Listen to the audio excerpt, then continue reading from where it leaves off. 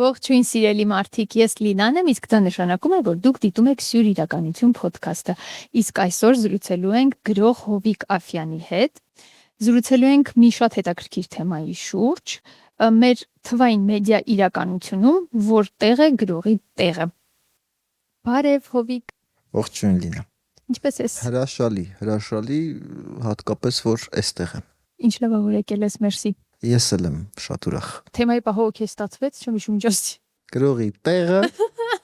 թվային աշխարհում, դա արդեն կարևոր է։ Հովիկ, ովքեր են այսօրվա մտավորականները, արդյոք իրենք կան, գոյություն ունեն, եւ եթե այո, ինչպես պահպանել իրենց տեղը, դերն ու նշանակությունը այս թվային աշխարհում։ Այս վերջին տասնամյակների ամենակարևոր ակտուալ հարցն է, չէ՞, որտեղ են մտավորականները, ինչու չեն խոսում բան։ Իրականում, հա, արդար այս հիմքեր ունի այդ հարցը առաջանալու, բայց մյուս կողմից մի տեսակ sense հիմա գոնե ինձ համար sense զավեշտալի է ինքը հնչում, ինչու, որովհետև մտավորականները ովքեր են, ովքեր ինչ որ բան ստեղծում են, չէ՞։ Դե հիմա երկրորդը ստեղծում է։ Հա, դա ուրիշ sense level-ն է այս հարցի։ Ասենք գրողները, նկարիչները, չգիտեմ, քանդակագործներ, դերասան, երգիչ, երաժիշտ, այս բոլորը կոչվում են մտավորականներ։ Հիմա այս մարդկանց տեղը անընդհատ հարցնողները երաժշտություն չեն լսում, գիրք չեն կարդում, ասենք ցուցահանդես չեն գնում։ Օրինակ ես գրողների տեսանկյունից ասեմ, այդ մարդիկ գրում են, այլ հարց է թե կարդում ես դու այդ գիրքը թե չես կարդում։ Եթե կարդաս, վստահեցնում եմ, որ այսօր Հայաստանում լույս տեսնող հայ գրողների գրքերը, եթե մարդը կարդա, հայ մարդը կարդա, իր մոտ այդ հարցը չի առաջանա, որտեղ են մտավորականները։ Դե ժամանակակից գրականությունը այդ մասով համաձայն եմ, թույլ տալիս է։ Ոչ միայն ժամանակակից, հազար ներողություն, որովհետև չգիտեմ 1800 որ թվականին Թումանյանը մի հատ նախադասություն է ասել, որ այսօր ամեն երկրորդը ցիտում է, չէ՞, այն որ ասում է փրկությունը ներսից է գալու, որովհետև ներսից ենք նեղած։ Այլ հարց է, թե ընկալումները ում ենք ընկալում, ինչ դերեր ենք տալիս ու ինչ մարդկանց ենք տալիս այդ դերերը մտավորականներ եւ այլն։ 19-րդ դարեվերջին Թումանյանի կողմից ստեղծվեց Վերնատունը ու սրա մասին եւս շատ է խոսվում։ Այն ինչի մասին շատ են խոսում, ես խոսենք արագանցնենք ու դրանով անդրադառնանք այլ թեմաների, ավելի հետաքրքիր հարցեր են սպասում։ Սյուր հարցեր։ Այո, սյուր հարցեր են սպասում։ Այդ Թումանյանական, այդ Վերնատան, այդ երևույթը ինչ էր դա իրականում, հա, բացի նրանից, որ հավաքատեղի էր, մտավորականությունը հավաքվում էր, զրույցներից եւ այլնից ստեղծվում էին ինչ որ մտքեր, ստեղծագործություններ եւ այլն, դա հայտնի է ու հասանելի է բոլորիս։ Այ կուզեմ դու ասես, ինչ էր առհասարակ դրանից զատ Վերնատունը։ Եթե Վերնատան ստեղծմանը կամ Վերնատան ստեղծման գաղափարին այսօր մենք 21-րդ դարի այսօրերից նայենք, մի շատ հետաքրքիր բան է ստացվում։ Օրինակ ինձ համար Վերնատունը Թումանյանը ստեղծել էր ինչ որ պատճառներով, որ հավաքվեն, որ իրար հետ քննարկեն, որ միասին լինեն, որ ինչ որ շարժում, տպավորություն գոնե լինի, այդ բոլորը հա, բայց մի շատ կարևոր բան կա հատկապես արվեստագետ, հատկապես գրողների մեջ։ Վստահաբար Թումանյանը դա մտածել է, էլի Վերնատունը ստեղծելիս իրար տեսնել։ Հաղորդակցման խնդիր է։ Ոչ միայն հաղորդակցման, իրար տեսնել, որովհետև ընդհանրապես արվեստագետները այնց բամբասկոտ, հատկապես գրողները բամբասկոտ ժողովուրդ են, այն որ ասենք ինչա գրել, որ էս ինչա գրել, ինչա, դե եկեք իրար աչքերի մեջ նայենք։ Դե ասա, դե դու էլ ասա։ Օ, շատ լավն էր։ Համաձայն եմ։ Ես վստահ եմ, որ Թումանյանը դա արել է, էլի, նաև դրա համար։ Որովհետև օրինակ նույն Վերնատան իմիջիայլոց մարդկանցից Աղայանը եւ Պերճ Պռոշյանը, ես տենց կիսա լեգենդ կա, բայց ես վստահ եմ, որ լեգենդ չի, լավ էլ իրական պատմություն է։ Ուրեմն այս մարդիկ իրար տանել չեն կարողացել, բայց Աղայանը դե ձեռնափայտով է եղել, Պերճ Պռոշյանը գնում է, որ այսպես, չէ, ներողություն, Պերճ Պռոշյանն է ձեռնափայտով եղել, Գնում է որ ձեռնափայտը փչանում է, գնում է կոտրվում է։ Գնում է որ նորը պատրաստի, վարպետն ասում է իսկ գլուխը ինչ կուզես, արծիվ կուզես, արյուծ կուզես, ասում է չէ, ուզում եմ Ղազարոսի գլուխը լինի, որ միշտ ձեռքից տակ լինի։ Հիմա այս մարդիկ իրար հանդիպել են Վերնատանը։ Լավ բան է արել Թումանյանը, վստահաբար լավ բան է արել։ Ու այդ որ մենք այդ նկարները, այդ հայտնի նկարը, գեղանկարը եւ այլն նայում ենք, այդ Վերնատանը ասենց իրար մոտ նստած, ինչ գիտենք ինչ է այնտեղ եղել էլի։ Այնտեղից մի անուշ պատմություն կա, երբ Կոմիտաս վարդապետին Հովհաննես Թումանյանը ներկայացրել է մի ստեղծագործություն, ախ ինչ լավ է սարի վրա անցնում օրերն անուշ Անրջային թեթևասա անցնում օրերն անուշ երգել է ու դե բոլորը հասկացել են, որ երաժշտության հեղինակն ինքն է, ասել է դե գուշակեք, իսկ ներեցեք, գուշակել են, որ տեքստի հեղինակն ինքն է, ասել է դե գուշակեք, երաժշտությունն ով է գրել ու ոչ մեկ չի հասկացել ով է գրել։ Վերջում լուսաբանել է Թումանյանը, որ երաժշտությունը եւս ինքն է գրել ու Կոմիտաս վարդապետը մեկնաբանել է, որ արդեն հավասարը հավասարին են քայլում երաժշտության իմաստով ու շատ հանճարեղ է ստացվել։ Դե Թումանյանը կնկարի էլ։ Լավն է։ Ինձ համար երաժշտությանը տիտան հանճարների հանճար Կոմիտասն է, գրականության մեջ էլ անխոս Թումանյանը։ Հայ գրականության։ Դե կներեք։ Չէ, ինքը շատ բան, այնց ունիվերսալ գրող է, էլի, որ ամեն ինչ գրել է։ Իսկ արժե հիմա Վերնատուն ստեղծել։ Այնքան հետաքրքիր հարց է էդի, որովհետև մի անգամ ես հիշում եմ բանը Անտարես հրատարակչությունը իր գրողներին, մենակ իր գրողներին հավաքեց, տենց մի 15-20 հոգի ենք, ուղղակի ուտել խմելու։ Վայ այդ լռությունը այն որ սենց ինչ պիտի խոսենք հիմա։ Ահա որ է։ Ուրեմն արժե։ Մտածեք այս մասին։ Արժի։ Մեր օրերում երեխաները գadgetների մեջ են, դեռահասները էլ չեմ ասում։ Ինչպես բերել այդ ամենից հանել իրենց այդ գունավոր էկրաններից, շարժուն պատկերներից, այդ ակտիվ արագ վիճակից հանել ու բերել դեպի գիրքը, որը ինչ որ պահի, եթե համեմատենք, հա, թվում է սև-սպիտակ, ձանձրալի, բայց իրականում իր հետևում սարսափելի բարդ հարց է, բայց այսպես պատասխանի մի տարբերակ ունի, որը երևի ամենահեշտն է։ Պետք չի երեխաներին այդ գadgetներից հանել, պետք է գիրքը բերել գadgetներ։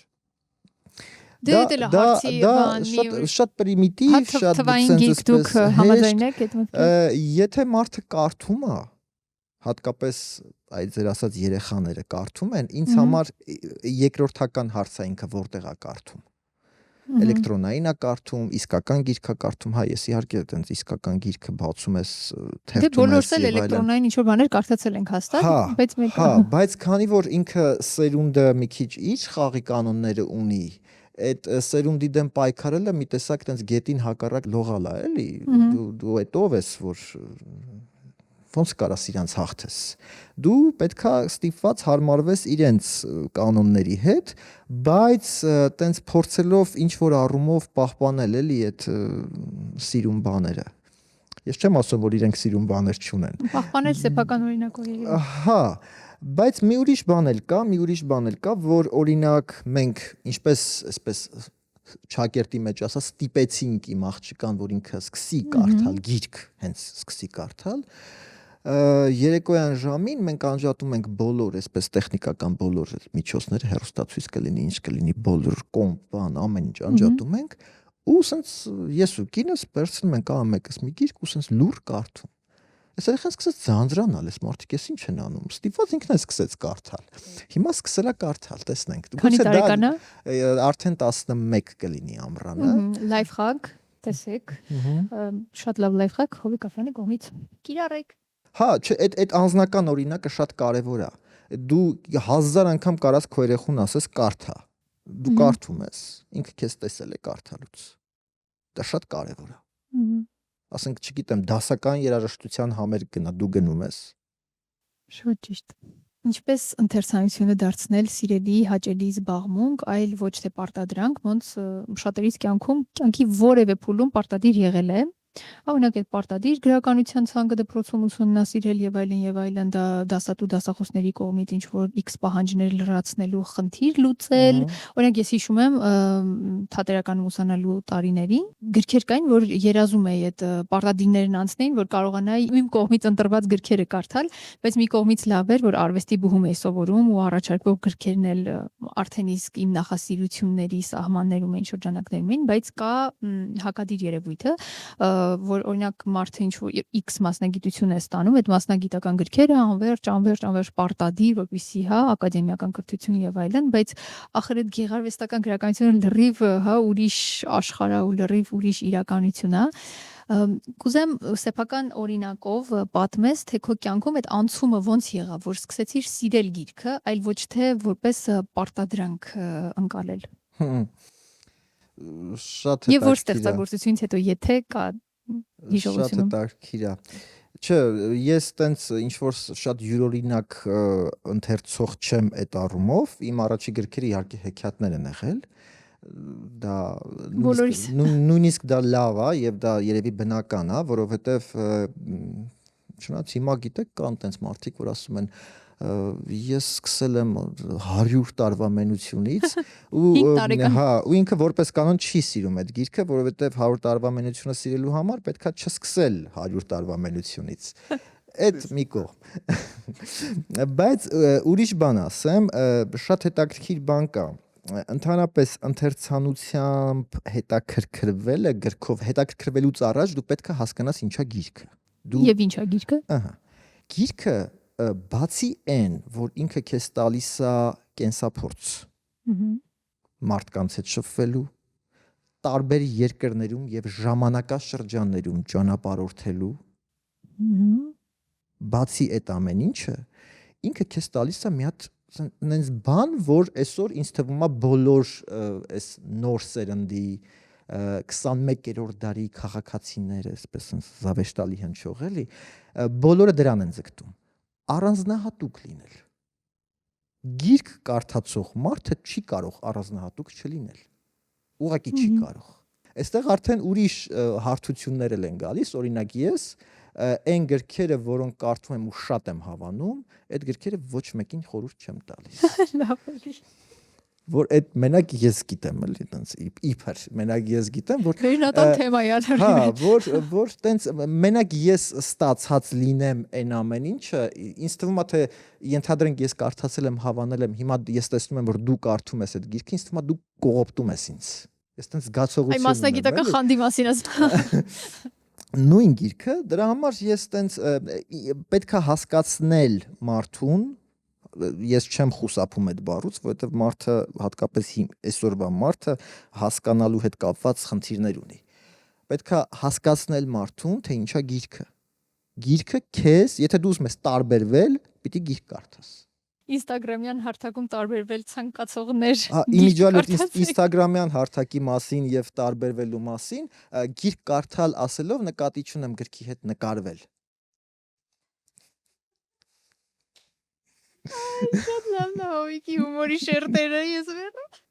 Չէ, իմիջիալոց նաև sense մի հատ ուրիշ հետաքրքիր բան կա, բայց դա մի կողմից լավ բան էլ է։ Ասենք հիմնական դե բնականաբար աղջիկները գրքի շապիկի հետ բռնացնում են իրանց շորիկների գույները, որ sense սիրուն լինի։ Դա հետաքրքիր բան է։ Ես չեմ ասում, որ դա վատ բան է, բայց դե նաև պետքա կարդալ այդ գիրքը։ Լավ, մի իրականություն, այս ամենից անդին կամ մի իրականություն եւս, որ այդ նույն աղջիկները միասին ընկերներով կարդում են որևէ գիրք ու գնում են գրքի քննարկման։ Կամ պատմեմ մեր լսարանից ինչ որ հատվածներ, թատերականական կյանքից մենք վերցնում ենք օրինակ արտասահմանյան գրականության ժամին շատ հետաքրքիր ձևաչափ էինք ընտրել վերցնում էին գրքերը ընդհանուր ցանկը տալիս էր դասախոսը վերցնում էր ամեն մեկը մի գիրք մի հեղինակ մեկ կամ երկու գիրք ու կիսամյակի ընթացքում մենք պրեզենտացիայի նման ամբողջ գրքի վերլուծությունը իրականացնում էինք ու դե բնականաբար այդ ամենը իրականացնում էինք մյուս ընթերցողների հետ, այսինքն մեր ուսանող ընկերների հետ, ովքեր որոնց հետ մտնում էինք քննարկման մեջ։ Այդ ուղղակի ֆանտաստիկա։ Կարդալ գիրքը ուղղակի փակել դնել մնալ քո մտքերի մեջ եւ վերլուծել գիրքը դա լրիվ ուրիշ աշխարհ է։ Ուրեմն շատ կարևոր շերտ այդ քննարկումները բացահայտում ես, ինչ առումով, որ նախ այդ քննարկումները ինչի են կարևոր, որովհետեւ ամեն անգամ երբ որ որևէ գիրք ինչ որ մարդկանց խումբ կարդում է ու սկսում են այդ գիրքը քննարկել, դա նշանակում է, որ այդ գիրքը այսօր ինչ որ բան է ասում։ Ու չես կարող ասենք, չգիտեմ, նույն Պերճ Պրոշյանի Սոսն ու Վարդիթեռը հիմա չես կարող քննարկել կամ Նարդոսի այն հայտնի երկար վերնագիրը, այն շաքարավազը, չգիտեմ ինչ եղավ։ Այդ ամեն ինչը դու այսօր չես կարող քննարկել։ Մի քիչ արդեն ժամանակներն անցել են նաև սպանված աղավնի քննարկելու, հա, բայց ինչ որ Ինչքան համաձայն եմ ես։ Ինչ որ գիրքը եթե այսօր կարդալուց հետո քննարկվում է, դա այդ գրքի հիմնական առաքելությունը համարվում է լուծված։ Ինչի, որովհետև ինքը քեզ Եվ ինչքան ապացուցեց, երկար քննարկվի այդքան։ որ ինքը այսօր ապրում է։ Ինքը քեզ այսօր ասում է դու չեմ ուզում այդ տենց վատ բառը ասեմ, սովորեցնել ապրել, այդ չեմ ասում։ Բայց ինչ որ sense ճանապարհներ է ցույց տալիս։ Ասում եմ, գիտես, sense էլ կա, այստեղ այսպեսի բան էլ կարող ես անել։ Եթե գիրքը դա չի ասում, ուրեմն Օրինակ գրքային իրականությունը իմ պատկերացում չպիտի դառնա ժամանակավրեպ։ Հաստատ, բայց այդ Ուրեմն ինչ-որ մի բան սխալ է։ Օրինակ Հեսը ոնց չքննարկես, 100 տարի հետո էլ կքննարկես։ կան, դրանք կան, հավերժական բաներ կան, որ նույն Շեքսպիրը պետքա քննարկես, չնայած մի քիչ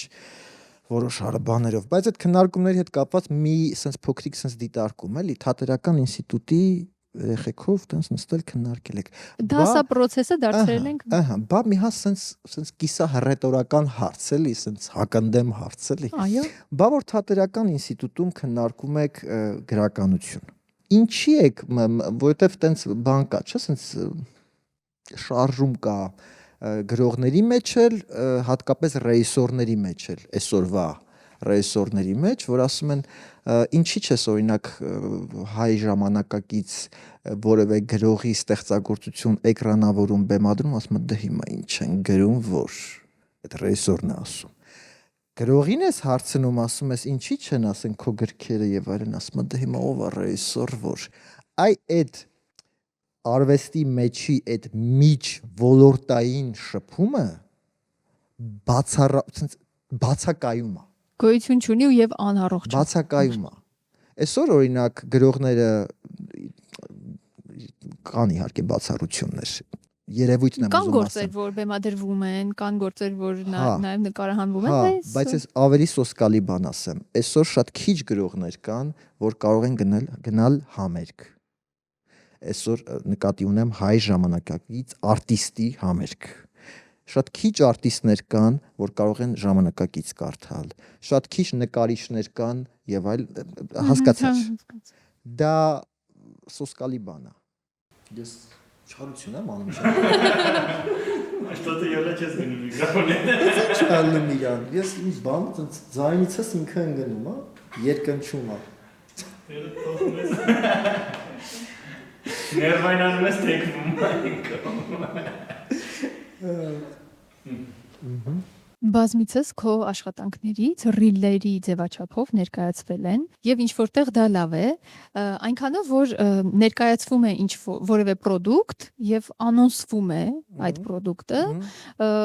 հետաքրքրություն է առաջացնում հասարակության որոշ զանգվածների մոտ, գնում են ակունքները գտնելու, չգիտեմ, ամբողջական ընթերցելու եւ այլն, բայց սրա արատավոր կողմը կա, որ այդքանը, այդ մի րոպեն, 2 րոպեն իրենց բավարար է, որ գիտակցեն, որ գիտեն արդեն այդ ծանոթացել են աշխատանքի հետ, արդեն ամեն բան գիտեն այդ գործի հետ կապված, կարող են նույնիսկ վերլուծություն անել եւ այլն։ Այս երկու երևույթներ, այսինքն կա եւ իր օգտակար կողմը ունի այս երևույթը, բայց բացասական մի մեծ sense ալիք է իր հետևից առաջ բերում։ Ես այդ երևույթի դրական կողմ որպես ընդամենը մի բան ունի ինքը դրական, հիմնականում բացասականը, հիմա կասեմ բացասականը, բայց դրականը ասեմ նոր, դրականը այն է, որ քո, այսինքն դու որպես գրող, այդ տեքստի հեղինակ լավ, դու որոշակի հանրահայտություն ես ձեռք բերում, այ քո ասած որոշ շրջանակների կամ լայն զանգվածների, օքեյ, դե մեջ, միակ դրական կողմը դա է։ Հիմա Բայց այդ քիչ չի մեր օրերում։ Իհարկե քիչ չի։ Դա այնքան շատ է, որ դու այն բացասականների վրա հաճախ թքած ես ունենում, էլի, այնքան շատ է։ Հիմա բացասականները։ Տես օրինակ իմ գրքերից մեկը Կարմիրը, միջև գիրքը լույս կտեսներ, ես այդ գրքից մի փոքրիկ տեքստ հրապարակեցի։ Նկարահանվեց ինքը տեսահոլովակ, այսպես ասած դերասանուհի կար, ռեժիսոր կար, օպերատոր կար եւ այլն, ինքը հետաքրքիր շատ իդեայով տեսահոլովակ է, ու այնպես ստացվեց, որ այդ տեսահոլովակը շատ սկսեց ինձ տարածվել, բայց գիրքը դեռ լույս չի տեսել։ Ու երբ որ գիրքը լույս տեսավ, շատ մարդիկ ասին, բայց այս ոնց որ մենք տեսել ենք արդեն։ Ու այս բանը առաջացավ, էլի, որ հիմա ով է ում խանգարում, բայց չէ որ այս գրքից էր։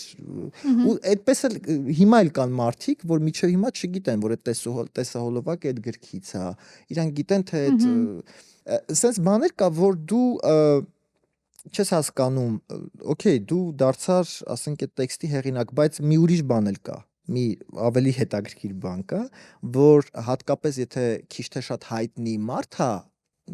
ասմունքում այդ տեքստը, չգիտեմ, արտասանում այդ տեքստը, բեմականացնում այդ տեքստը, շատ վատ բան եմ ասելու, բայց պետք է ասեմ, էլի, ասես անկեղծության երեկոյա, չէ՞։ Այս բոլոր այսպես ծափահարությունները այդ հայտնի մարդուն են։ Ու այնտեղ այդով էր գրել։ Չգիտեմ։ Գուցե չէ, նորմալ է։ Ֆիլմերում էլ ենթադրենք, եթե տենց շատ սենց կինոման չես կամ սենց մասնագետ չես, պատվում է սցենարիստով, էլի։ Դե հա, համաձայն եմ, բայց ոնց որ այդ ամենը միջոցներ են, որ օգնում են իմաց տալ, թե ինչ գործեր կան մեր իրականությունում։ Ես ասում եմ, հիմա այս թվային աշխարհում, գիտես, սենց երկու խումբ գրողներ կան, ասեմ քեզ, որովհետև ինձ թվում է այդ մասին էլ հարց լինելու է, էլի։ Երկու խումբ գրողներ կան։ Մի խումբը, որ սենց չասեմ, երևի ամենադիպուկ բառը արհամարելն է։ Արհամարում են ընդհանրապես Facebook, Instagram, սոցիալական ցանցեր, իրանք չկան, իրանք սենց անձեռնմխելի հեռվում են եւ այլն, կամ որ ակտիվ են, կամ որոշակի ակտիվություն ունեն այս ցանցերում։ Հիմա ես չգիտեմ այս երկուսից ով է շահում։ Բայց գիտեմ հետեւյալ բանը, որ եթե գրողը պետքա հայտնի լինի, այսօր դրա ճանապարհը թվային աշխարհով է։ Հա, միանշանակ համաձայն եմ դրա հետ։ Ու ցանկացած բան հայտնի դարձնելու միջոց է այսօր։ Այո, հետո այսօր այս բանը սոցցանցերը մի շատ կարևոր կարծրատիպ են կոտրում։ Մի այսպես զավեշտալի կարճ պատմություն կա, ընկերներիցս մեկը, իմ գրքերից մեկը վերցնում է, տանում է իրենց գյուղ, որ նվիրի իր ազգականի աղջկան, այդ աղջիկը 7-րդ, 8-րդ դասարանն է։ Որ նվիրում է, ասում է, գիտես, ընկերս է գրել։ Այդ աղջիկը գիտեք ինչ է ասում։ Ասում է, բայ մահացել է ինքը։ Այսօր հատկապես տենց ինչ որ տենց մարզերի եւ այլն դպրոցներում եթե գրողը ուրեմն հա ժամանակակից գրող չի։ Հա, իսկ եթե դու Instagram-ում պրոֆիլ ունես, ուրեմն առնվազն չես մահացել, էլի։ Այս կամերայով կարաս դիմես այդ երեխուն, որ ես ողջ եմ։ Եվ դու կարդում ես իմ գիրքը։ Ես ողջ եմ, այո։ Հա, իմիջիալոց տենց վերնատուն ասացիր, խոսում էինք վերնատան մասին։ Մի ժամանակ տենց գրողներով ուզում էինք մի hashtag հորինենք ողջ գրողներ։ Ես կմիանամ։ Հա, անպայման։ Որպես գրող չէ, էլի ուղղակի hashtag-ը կակտիվացնեմ։ Վստահ կարող ենք ասել, որ գրականությունում եւս կա պապսա երևույթը, ինչպես արվեստի ցանկացած ճյուղի մեջ։ Այնուամենայնիվ մեր օրերի հայկական սյուր իրականությունում հայ հասարակությունը որ ժանրն է սպառում գրականությունում։ Շատ հարաբերական է, որովհետև հայ հասարակությունը այնքան խայտապղետ է, այնքան խայտաբղետ է, որովհետև հայ հասարակություն կա, որ ամեն ուրբաթ ժամը 7-ին թատրոն է գնում։ Հայ հասարակություն կա, որ ամեն այսպես հանգստյան օրերին իրանց տանն է թատրոն։ Մի խոսքով էլի տարբեր հայ հասարակություն կա, բայց եթե sense ընդհանուր կամ մեծամասնության մասին խոսենք, ապա հատկապես երբ որ դու ասում ես պոպսա, այսպես sense գրականություն, այսօր շատ այսօր մի քիչ ավելի քիչ, բայց հաստատ մի 2 տարի առաջ շատ այդ կար այդ բանը, այսպես կոչված ինձ համար ամենասենց սուրդայինը հնչող մոտիվացիոն գրականություն կոչվածն է, որ ես այդպես էլ չհասկացա այդ ինչա, ինչու չհասկացա, որովհետև իմ կարծիքով եթե գիրքը քեզ չի մոտիվացնում ինչ որ բան անելու համար, լավ կլինի ոչ թե մարդ սպանել, այլ մարդ սիրել նկատի ունեմ, եթե դե քեզ չի մոտիվացնում, բա այդ ինչի մասին է այդ գիրքը, ինչի է, ինչ կարիք կա էլի ստեղծել առանձին մոտիվացիոն գրականություն, ընդ որում Հայաստանում լույս էին տեսնում գրքեր, որոնք գրվել են այսպես sense 1920 թվականների Նյու Յորքում, օրինակ, ու մեր այդ գրքերը հրատարակողների կարծիքով այդ 1920-ական թվականների Նյու Յորքում ապրած, մահացած, մոտիվատոր գրողի այսպես ապրած կյանքը այսօր մեզ պետքա մոտիվացնի 21-րդ դարի Հայաստանում, հետ պատերազմյան բան sense, էլի։ Okay. Ակտուալության խնդիր։ Հա, ակտուալությունից բացի, կամ ասենք գիտես, ժողովուրդներն էլ տարբեր են։ Օրինակ, այն ինչ մոտիվացնում է օրինակ շվեդներին, հենց դիտմամբ եմ ասում շվեդներին, չի կարա մոտիվացնի իտալացիներին։ Կամ հակառակը։ Մենակ մի բան է մոտիվացնում այդ սերն է, բայց դե էդ էլ։ Պատերազմներից, մարդկային սերերից եւ թախիծից այն կողմ ինչ է ձեզ համար հայրենիքը։ Հայրենիքը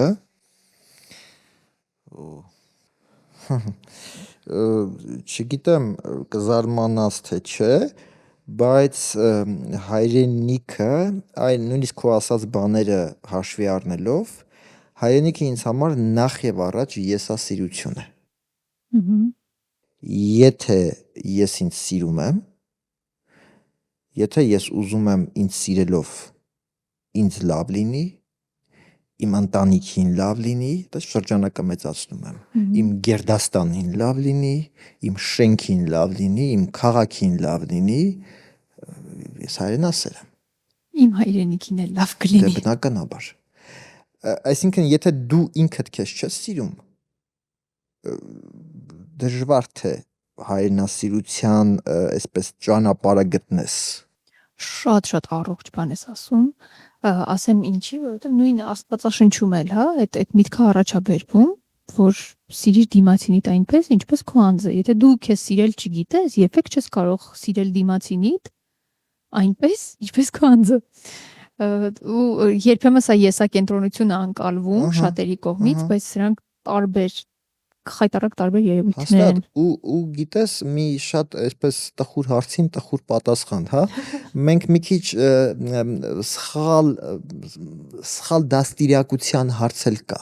Դաստիարակություն ես նկատի չունեմ մեր ծնողներ, նկատի ունեմ ազգային, ավանդական, այսպես sense կարծրատիպ դարձած մտածողություն, որ դու չպիտի քեզ սիրես։ Ամոթա։ Ոնց ես դու քեզ սիրում, թիմը, ընտանիքդ։ Բոլորին պիտի սիրես, բայց հակառակն է տեղը, ոչ մեկին չենք սիրում արդյունքում։ Հա։ Բայց եթե սովորենք ինքներս մեզ լսել ու սիրել, ու մի շատ այսպես sense բան կա, էլի իմիջիալոց հայրենասիրության հետ կապված եւ դաստիարակության, տեսեք, մենք այնքան հետաքրքիր նախադասություն է դա, մենք անկախ սեռից մեր աղջիկները, տղաները ծնվում ենք, գնում ենք, ասենք, մանկապարտեզ, գնում ենք բակ, գնում ենք դպրոց, հետո տղաները բանակ, աղջիկները ենթադրենք ամուսնանում են, հետո տղաներն են ամուսնանում։ Այս բոլոր տեղերում եւ աղջիկներին եւ տղաներին միշտ հնչում է հետեւյալ նախադասությունը. խելոք մնա։ Ախպեր ինչի խելոք մնա։ Օրեգել չեմ ասելու քեզ խելոք մնա։ Ինչ ուզում ես արա։ Չէ, լուրջ եմ ասում։ Այդ խելոք մնան ես գիտեմ, ասենք ենթադրում եմ դու ինչի ես ասում։ Այդ խելոք մնայի մասին չի խոսքը։ Ասենք մի անգամ մի դպրոցում ասեցի ճիշտ չի որ ասում են ես խելոք մնա, այդ երեխեքից մեկը շատ դիպուկ հարց տվեց, ասեց հիմա ես կարամ ես պատուհանը ջարդեմ։ Խելոք մնան պատուհանը ջարդելը չի, խելոք չմնան ներողություն, պատուհանը ջարդելը չի, խելոք չմնան օրինակ, ասեմ զարմանանք, գիրք կարդալն է, թատրոն գնալն է, չգիտեմ, որևէ մի հատ sense լավ կտավ կամ հրաշք երաժշտություն լսելն է, խելոք չմնան։ Որտեւ եթե քո մեջ այդ բանը կա, այդ ազատությունները խելոք ես, դու ոչ մի բան չես ուզում։ Ոչ մի տեղ չեմ գնում, ոչ մի բան չեմ անում։ Խելոք եմ, ամբողջ մի հատ sense լավ խոսք կա, չէ՞, տենց բան, հիմա այդ բառը հեղինակազրկվել է, բայց ինքը լավ բառ է։ Sense հեղափոխական շատ բան կա, միտք կա, ասում է գիտեք, մենք գովում ենք այն մարդկանց, ովքեր այդ փողոցի լուսացույցերի ժամանակ սպասում են կանաչ լույսին, որ անցնեն, բայց հեղափոխականները կարմիր լույսի տակ անցնողներն են։ Այդ շատ կարևոր բան է։ Այ եկանք այն հարցին, որ գիրք կարդացեք, որ տարբերվենք։ Հա, այդ որ կարմիր լույսի տակով չի էլ քննարկվում, էլի ինքը այդպես։ Կարդացեք, չէ, կարդանք։ Համացանցում մի դրվագ եմ տեսել,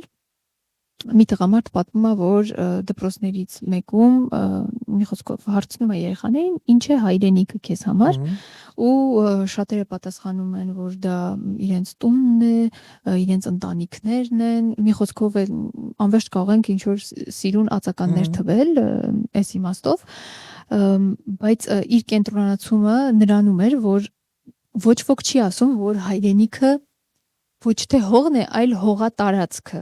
Այն հողատարածքը, որի վրա ստեղծվում է այդ նույն ընտանիքը, տունը, տեղը, այդ սերը, որ դրսևորվում է այդ ամենում, այդ ընկալումը, հա, մեզանում, որ մենք իսկապես, հա, որպես նյութ չենք պատկերացնում, ինքը այդ հողատարածքը չենք ընկալում ու չենք պատկերացնում, ու վերջին տարիներին մենք ինքներս մեր մաշկի վրա, մեր միջով անցկացրեցինք դրա բացակայությունը ու դրանից բխող հետևանքներն ու ապրեցինք այդ մեծ ցավը, այ հիմա գոնե, ինձ թվում է պետքա, չէ, մտցնել հասարակության մեջ, հատկապես դեռահասների երեխաների մեջ, այդ միտքը, որ հայրենիքը նաև են հողն ու հողատարածքն է, որի վրա ստեղծվում է այս ամենը, որովհետև եթե չկա դա, ուղղակի անիմաստ է խոսել մնացյալի մասին։ Էլի պետական, հասարակական, սոցիալական, ընտանեկան, ավանդական դաստիարակության հետևանք է այս հարցի քննարկումը։ Ինչի՞։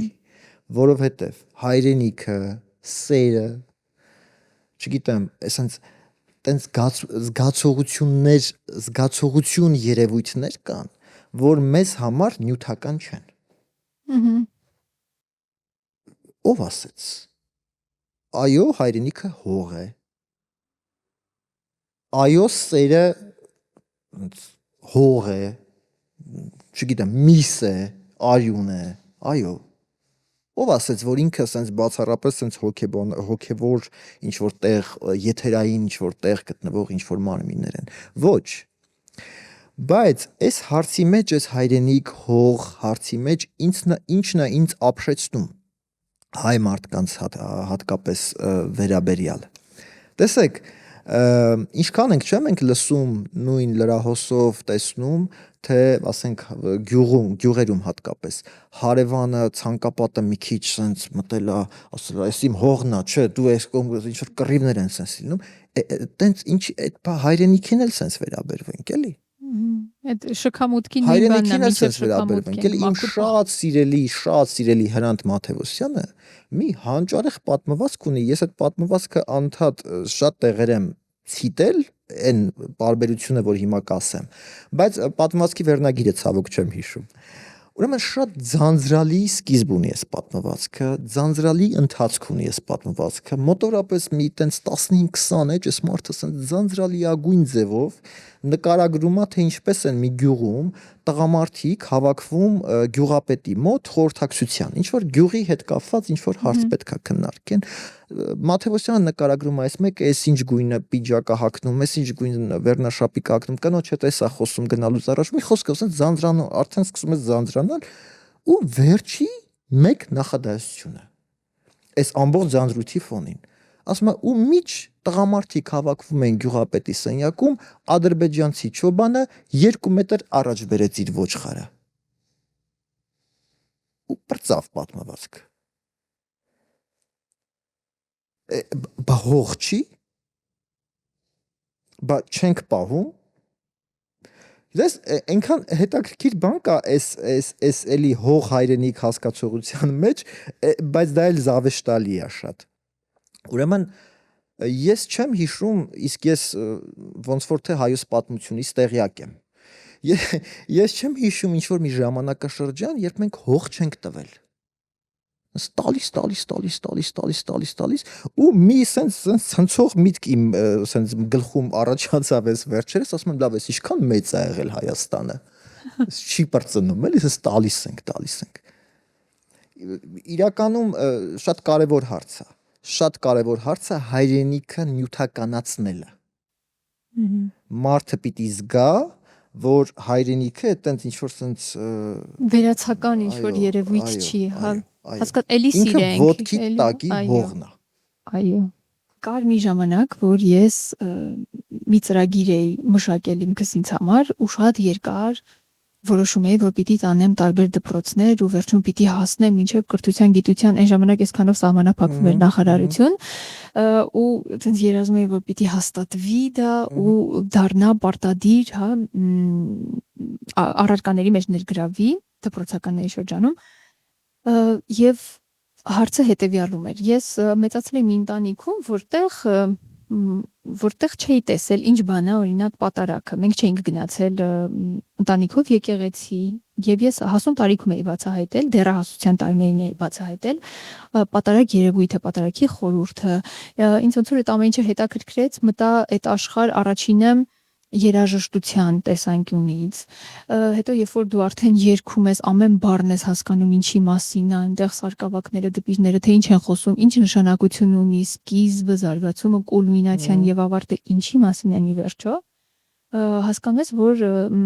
իսկապես այս հոգեվոր կապը այստեղից է գալիս առաջինը հետո նոր սփռվում արվեստի վրա եւ ցանկացած արվեստագետ ինձ համար որ ոլորտում ուզում է լինի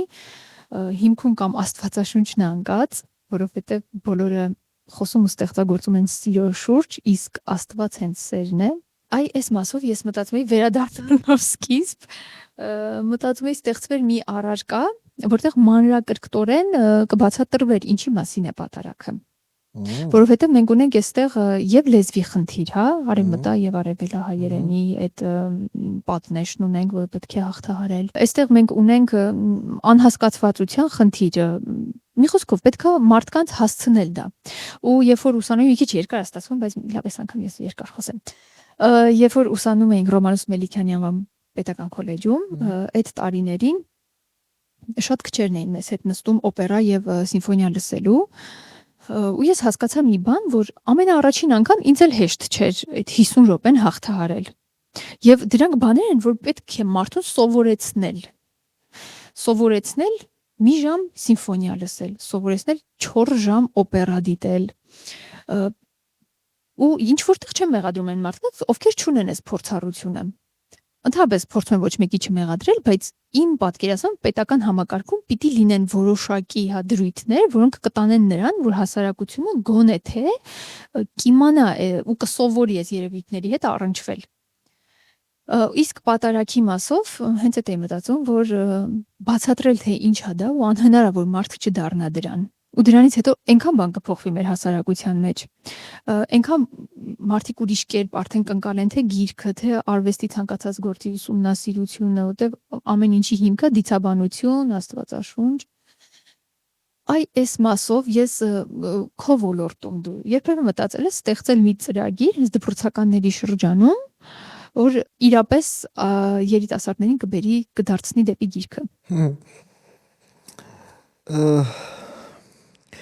Ընդհանրապես ես քանի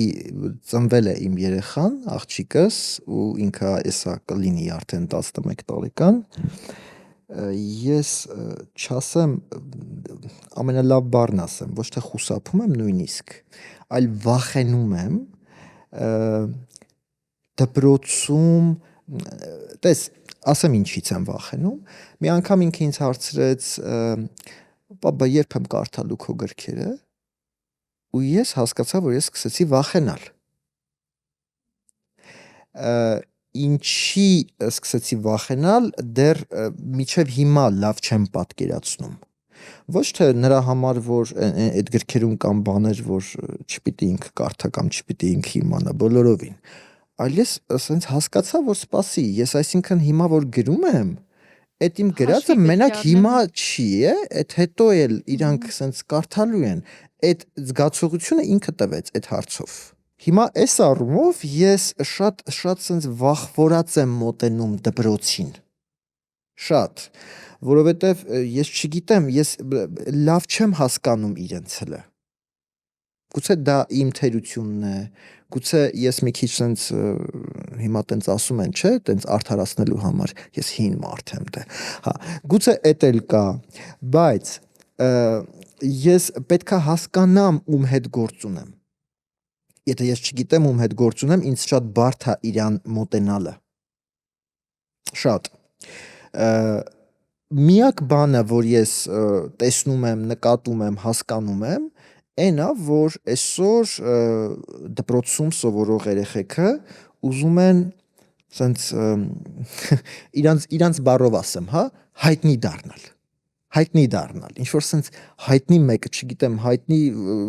կարող է լինի երգչուհի, կարող է լինի ոչ մեկ գրող չի ուզում դառնա, ու դա շատ լավ է, հայտնի նկարիչ, հայտնի ֆուտբոլիստ, հայտնի չգիտեմ ինչ, հայտնի դերասան, հայտնի։ Ես այստեղ եմ տեսնում ճանապարհը, որովհետև եթե դու ուզում ես նույնիսկ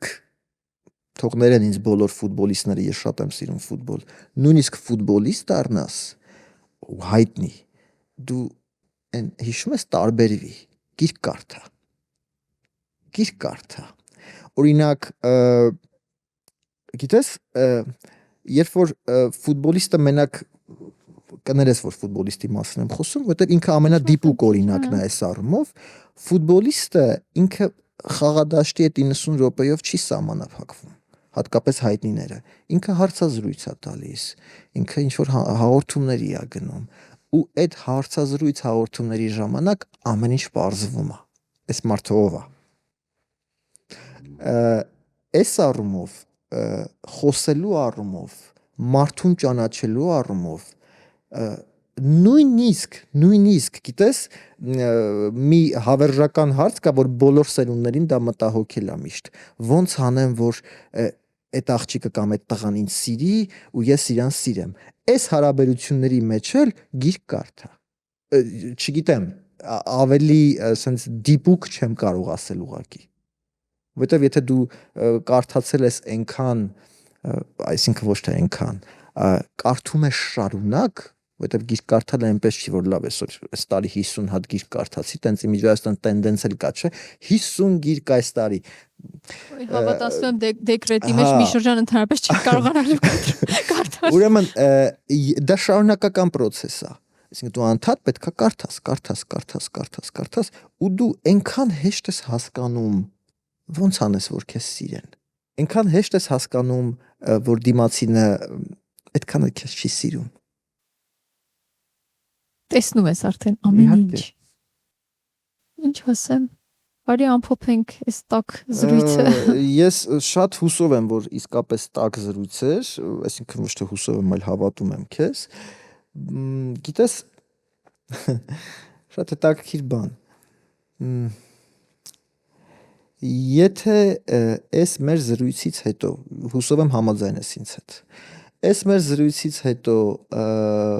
ենթադրենք նայի այս մեր զրույցը 10 մարդ, օրինակ